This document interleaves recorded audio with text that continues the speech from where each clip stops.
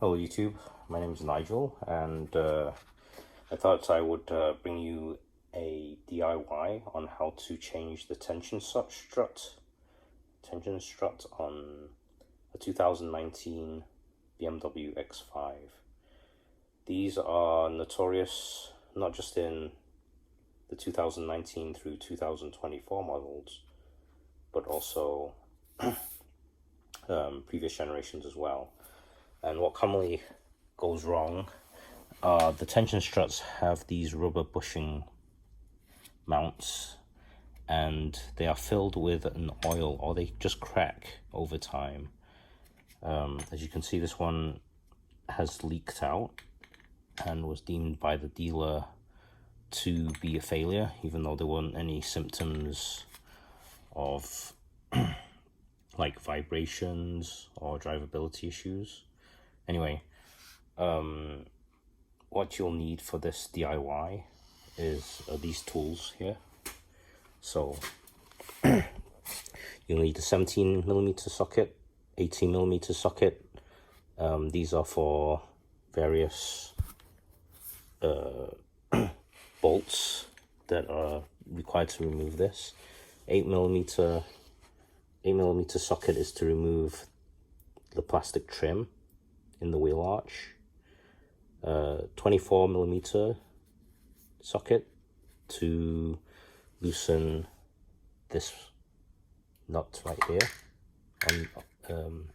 on the knuckle. This one is a Torx T60, I believe it is. And this one is for holding this still, or unscrewing this, or holding it still. This one is a 17mm. I didn't have a hex socket or an Allen wrench that was sort of big enough, but this one is for the drive shaft. You have to remove the drive shaft. Unfortunately, on this year model, I tried to do it without removing it, but it was just impossible. This one is an E30, and that one is for the bolt side of the tension arm, the bolt side here. The other side is held with a nut with a flange on it that's kind of press on, and you'll see in a little bit why that is like that. Part numbers used for this year, make, and model is 310-6893-549, and same for the right hand side. That was for the left hand side. For the right hand side, it's the same number, but the last 3 digits are 550, I believe. So that's what you need there. Oh, and also you'll need the wheel lock nut, wheel lock security socket to loosen that bolt. Various ratchets, extensions. You'll need a torque wrench. This one's useful to have. It's an electric ratchet. Definitely need one of these. It's a breaker bar, because a lot of the bolts that are used on this car that need to be removed are very high torque. So you'll need something that can read up to like 210 Newton meters, or about 155 foot-pounds of torque. I think this one is the only one that I had handy that could go that high. My gear wrench one couldn't go that high, so screwdriver. These ones may not be necessary, really, hopefully. And then this is a ball joint separator tool. This one you can't use the regular ones because there's not enough. The angles are not appropriate for getting the knuckle out, the ball joint out, I should say. And you'll see that in a little bit as well. other items that you'll need a jack, of course, a floor jack, and jack stands are essential. Ramps would be ideal, so that when you install, after you install, before you tighten up this bolt here, you want the car to be sitting in where the suspension is preloaded.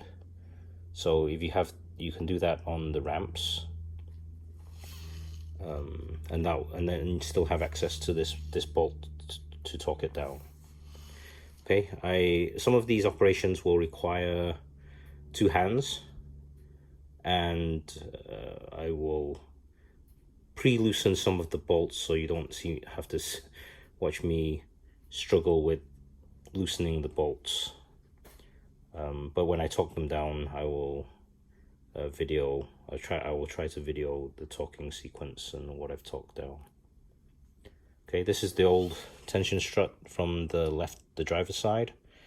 And this one's the new one that I will put on the passenger side here shortly. Okay, and then the wheel in question on the right hand side, or the side in question, I will loosen the bolts first while it's still on the ground. It makes it easier to loosen it when it's on the ground, and it's also safer. Okay, so I'm going to loosen that. I won't film this portion of it.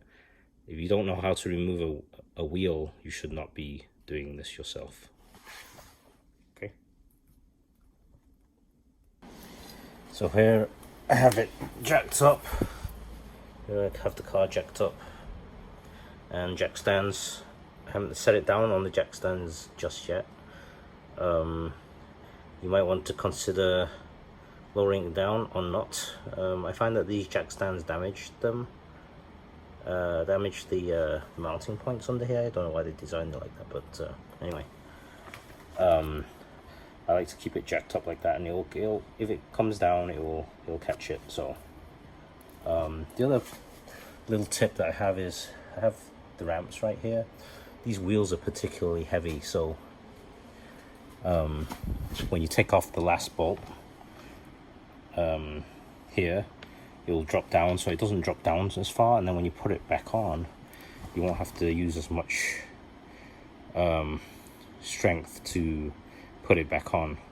So I highly recommend doing that.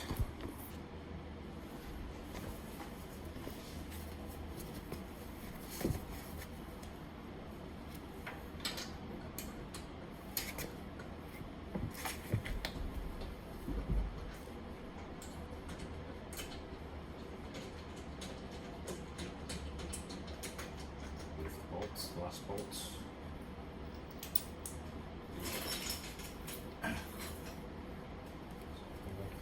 So then when you pull it off, it just comes like that. Roll it out the way. Like that. We'll have to remove this plastic trim, and to remove the plastic trim, there's these bolts here.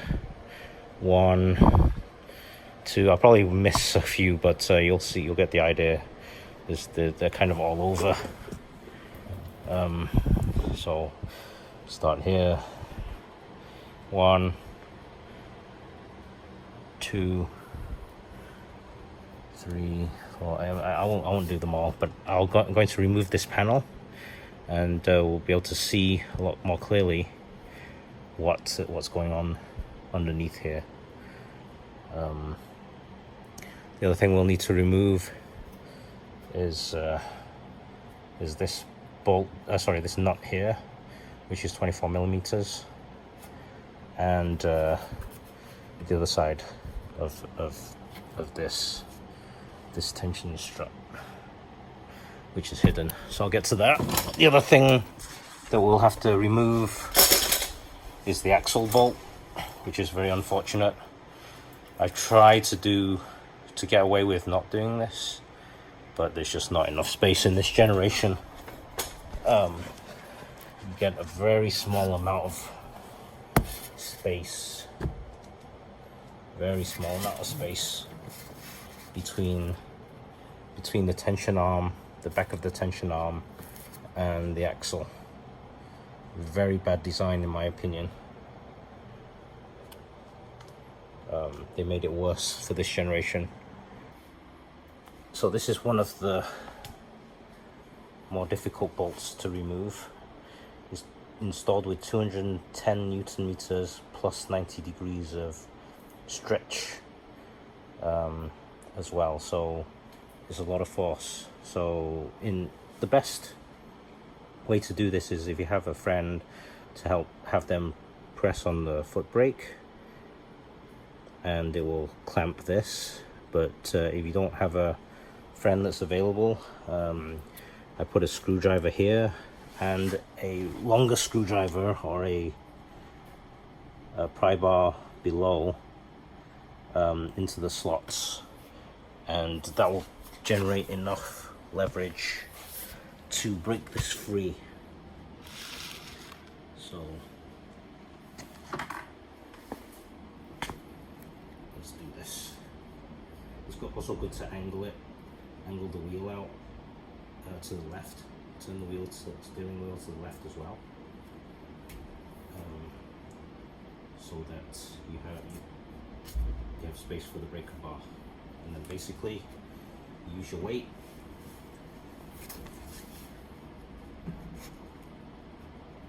slowly turn. There we go. Just use your weight and turn it.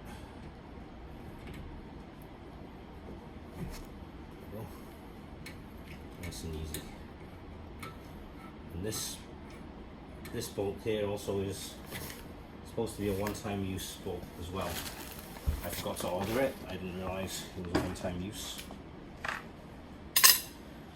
so I didn't order it ahead of time.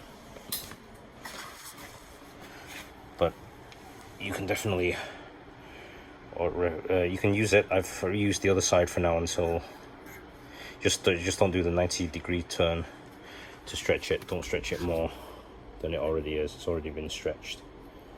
So this bolt here, I'll probably put in the description, but it also has a spring. This is spring loaded. There's a spring right here, and I'm not sure what material this is, but anyway, it holds the axle in. Okay, keep this one nice and clean and safe for now. We'll be reusing this shortly. Right, I've removed all the bolts that's holding this. And you have to basically pull it out carefully without breaking the plastic.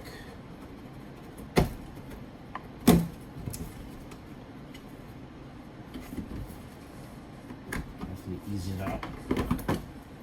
And that's that. I put all the bolts in a little tray so I don't lose them. And you can see, like right here, there are 2 bolts. These were not on the previous generations, and there's another 2 bolts here. And this is for like crash protection or something like that. But it's just another piece that we'll have to remove. I believe these are 18 millimeters. I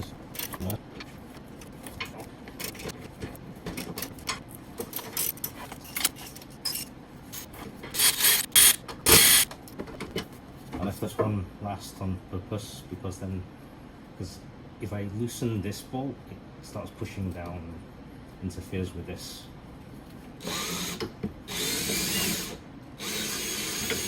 So instead it'll push up, giving a bit of room, and then this one pops out like that.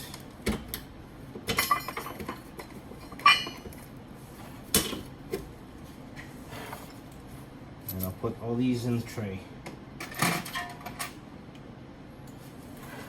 Now you can see here This is one side that's open. And then we go to the other side. On the other side, it's closed off and there's no real good access. So at least they made it a bit easier in that sense, that they put this tab here on the nut, so that when you loosen this, when you loosen the bolts, the nut doesn't turn or it's held in position. And then for this one down here, this nut down here is 24. I used 11/16 on this one, and which is actually slightly smaller than 24 millimeters, 23.8 millimeters. So should be fine. So I thought I'd record this part here, and because it's a key area also. I used a 11/16 socket to loosen this with a breaker bar, and then this one is the Torx T60, I think it is, to hold this in position, because the internal part just spins. Unfortunately, I don't have a 24 millimeter or 11/16 wrench, so I'll have to use this.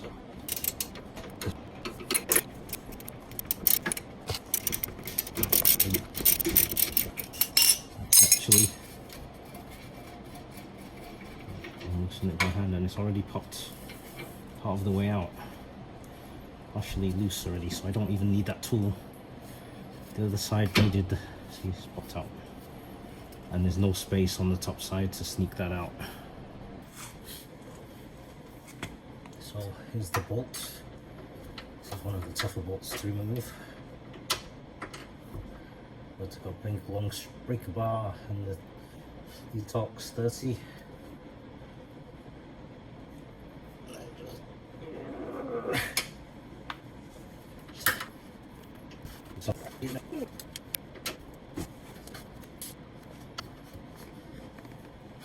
It's loose enough for a wrench at this point. Be able to spin it out.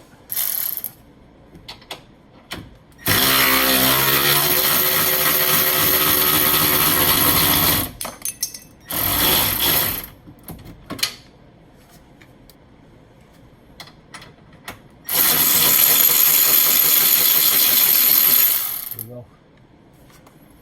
Came out easily. I'm not sure how well this part will come out in video. We'll give it a shot. This bolt should just slide out like that. And the nut here kind of fell down. Just keep it all together. Now,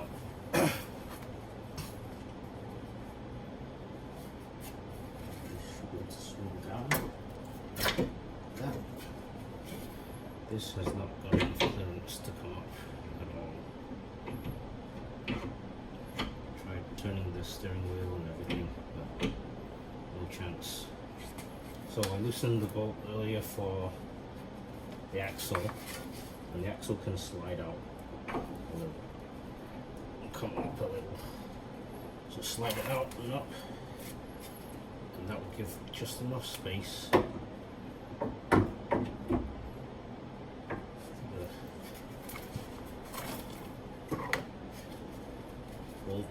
to come out.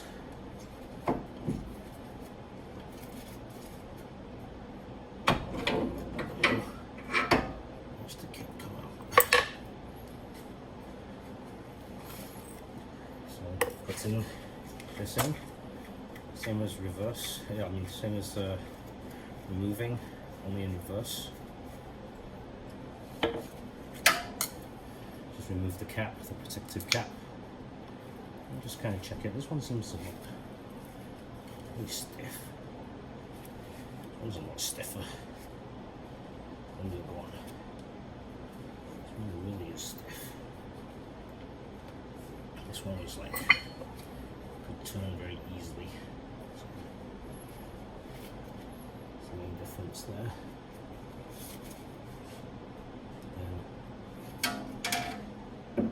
Then this will go into here.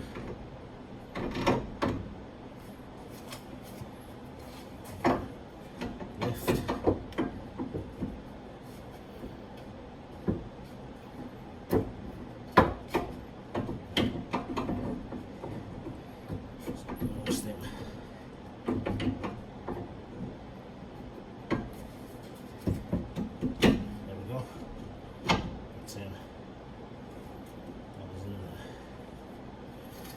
To make sure the drive shaft is seated well, properly back into the hole.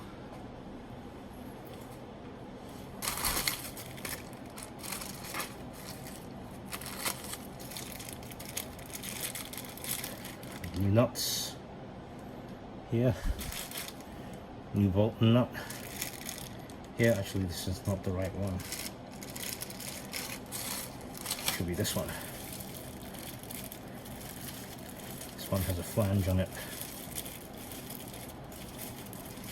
These are brand new. I'll put the part numbers in the description, but this is a brand new one.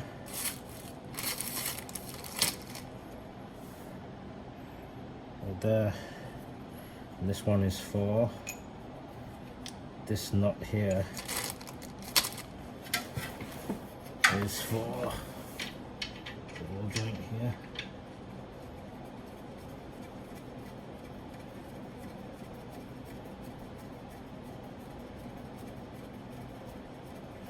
I'm going to screw it in there like that. I want the ball joint to kind of sit pretty well in there. I have to be super tight.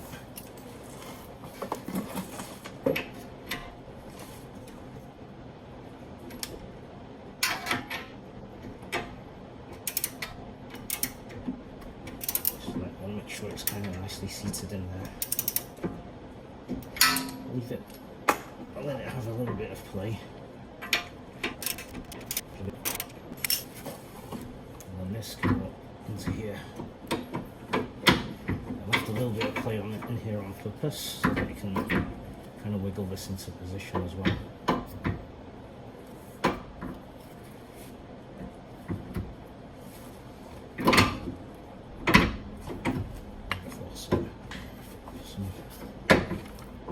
Persuasion.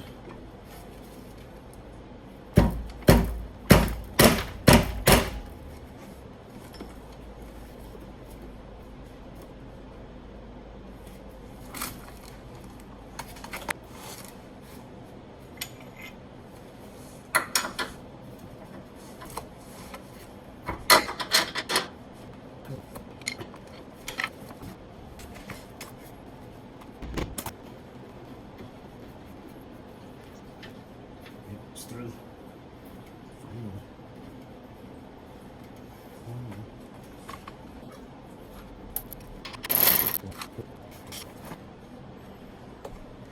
Put the nut on the back side here.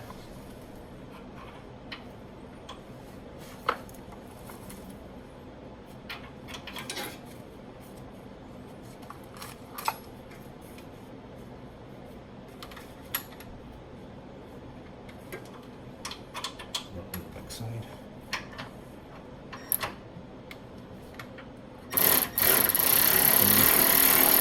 It's engaging. This is still pretty loose. I want to keep it loose for a little bit.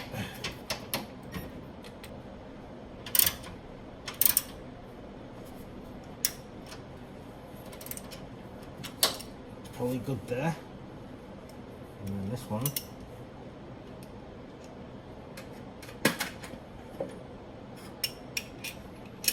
Snug this one up. This one can be torqued down. I'll torque it down here. Snug in there. So we'll have 1, 2, and then also the axle bolt to torque down,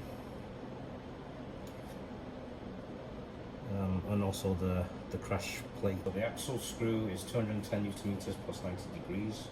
Since I'm reusing the axle bolts temporarily, I'll just do 210 Newton meters.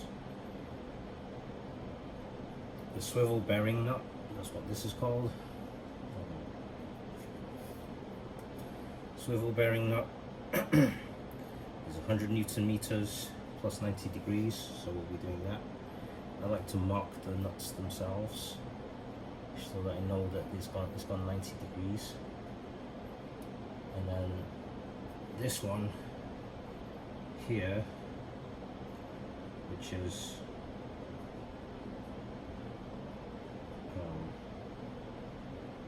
the bolt that holds the tension arm, that's 165 Newton meters, but we'll do that with the wheel on. So for now we'll do the swivel bearing nut, 100 Newton meters, and also the axle nut. Here's the axle bolt. I wrapped it up to keep it nice and clean. Here. This is the axle bolt. I'm just going to give it a bit of a clean. I kept it clean though. And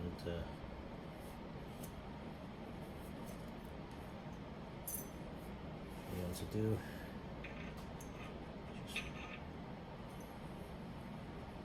it's a 17mm X. Just screw it in position. Make sure the axle is in and engaged. This one is torqued to 210 Newton meters plus 90. I'm just going to do the 210 because it's a used bolt. Turning it, and you can see that it's beginning to turn, which is not what I want really. So I'll use the same trick as before.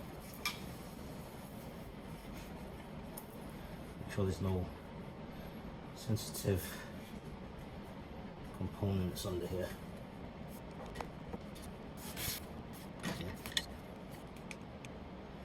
Clear over the brake line, so okay.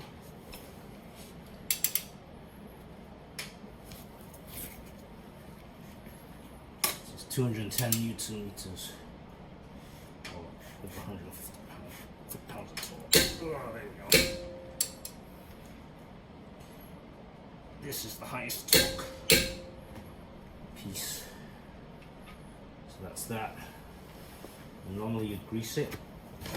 Since I'm going to be changing this out soon, as soon as the new part comes, I'm not going to grease it just yet. There's plenty of grease in there already. This one is 100 Newton meters. This one's 100 Newton meters or 73 pounds. Up. Just double check you're tightening the right one. Good. 100 Newton meters. Okay, and then also it needs to be turned 90 degrees. So I like to mark where the 90 degree mark is on the part itself. That's what we'll do. And I'll use a breaker bar for more leverage.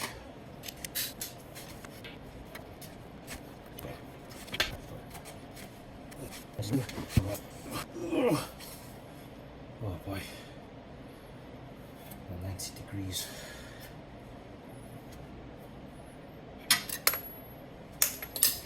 I only got to 20 degrees. Oh no, I've got 45 degrees out of it, I think.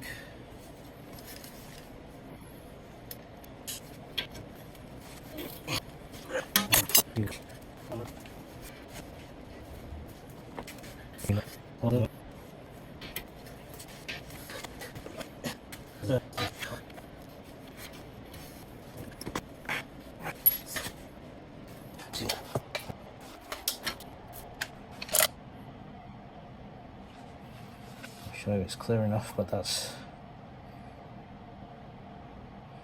where it got to. Next will be putting the wheel back on and tackling this bolt. So in preparation for this wheel remount,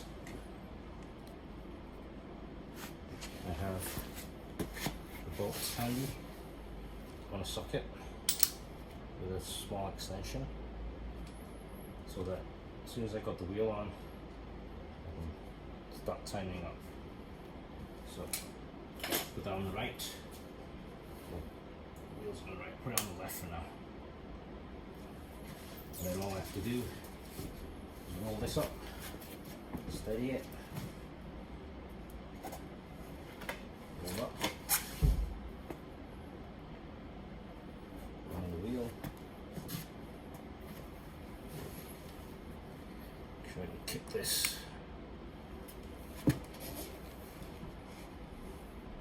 These are heavy wheels, and you can use minimal strength.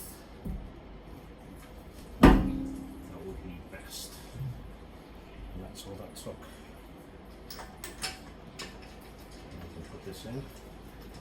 Bolts. The wheel is now secure. I'll put 2 more in.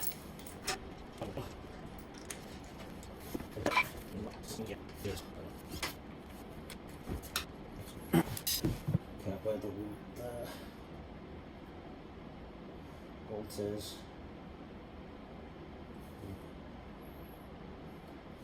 It's a little bit awkward.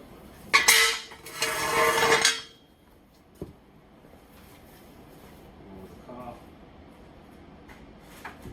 slowly and gently.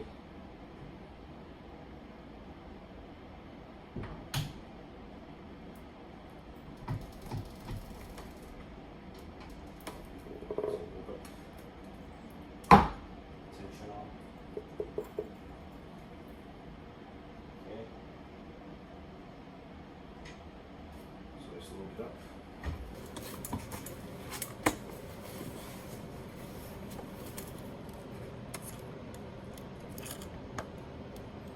Okay. How well this is going to work on this side, but give it a shot.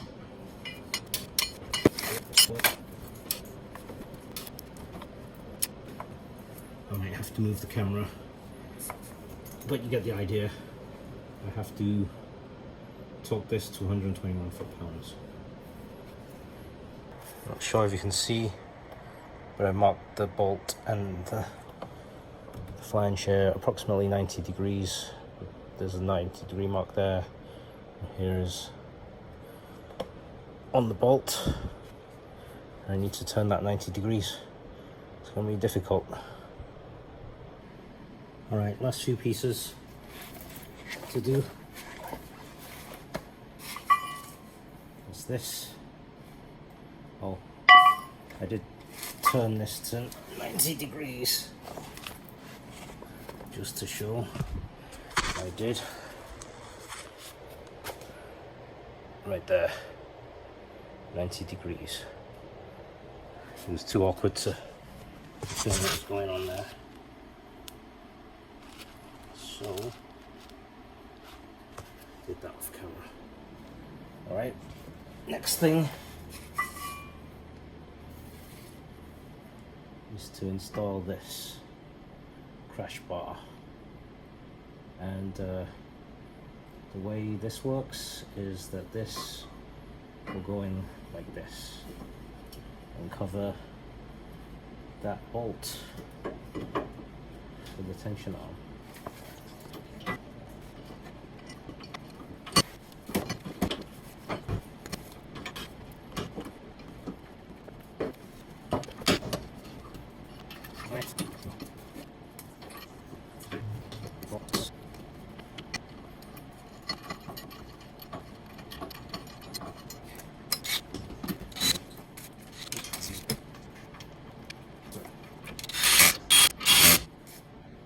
So that's that. These need to be torqued down. 50 foot-pounds of torque.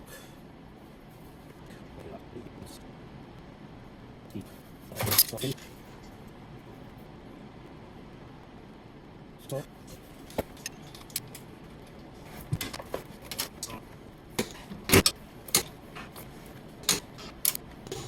And go over them all again. Always double check. Cinch it here. 1, 2, 3,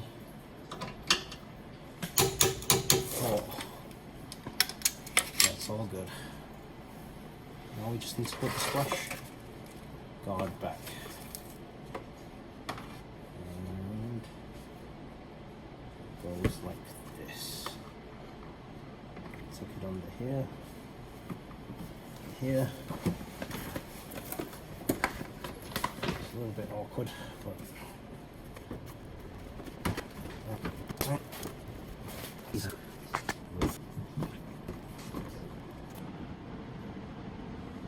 alright, these are the final steps.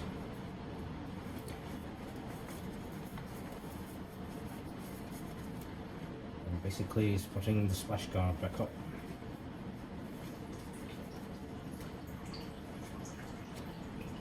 There were 12 of these that I removed, so I'll put 12 back.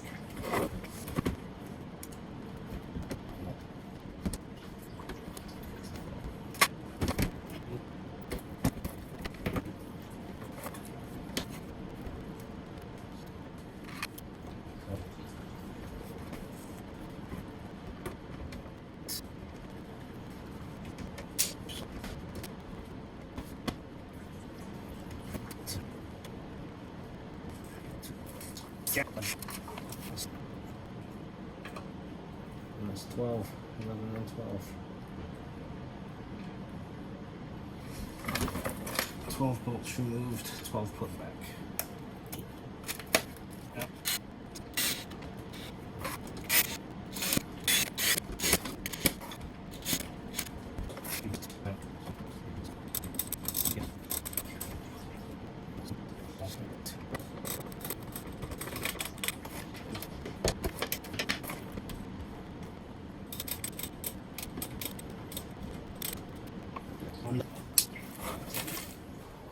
All done.